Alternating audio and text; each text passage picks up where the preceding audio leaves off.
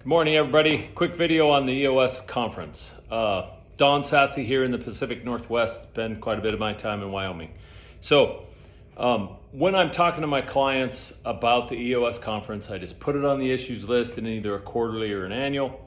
And when it gets to that, this is how I tee it up. So I have two parts of this. Part one is I'm talking to you as if you're a client. Part two, I'm talking to you, the EOS implementer. So to the client, I just tee it up and I say, you know, this is the fifth annual EOS conference. Going back in time to the very first one that Tom and Alex put together, I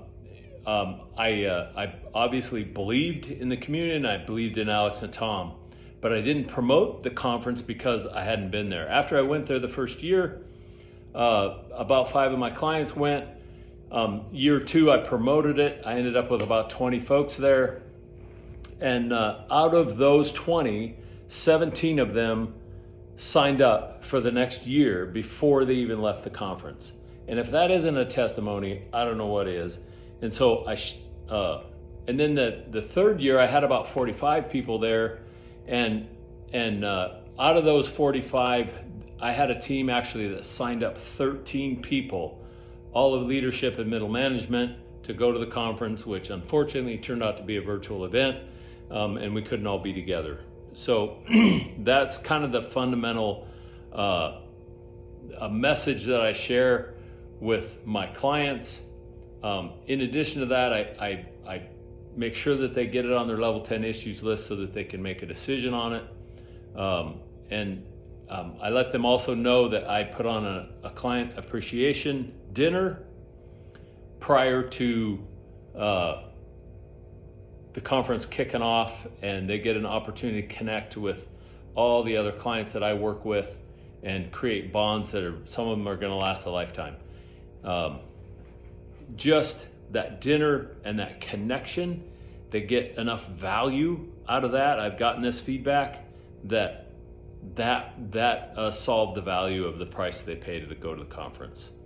The other thing I really try to reinforce, especially now, is EOS is a class act when it comes to COVID safety. We were at the live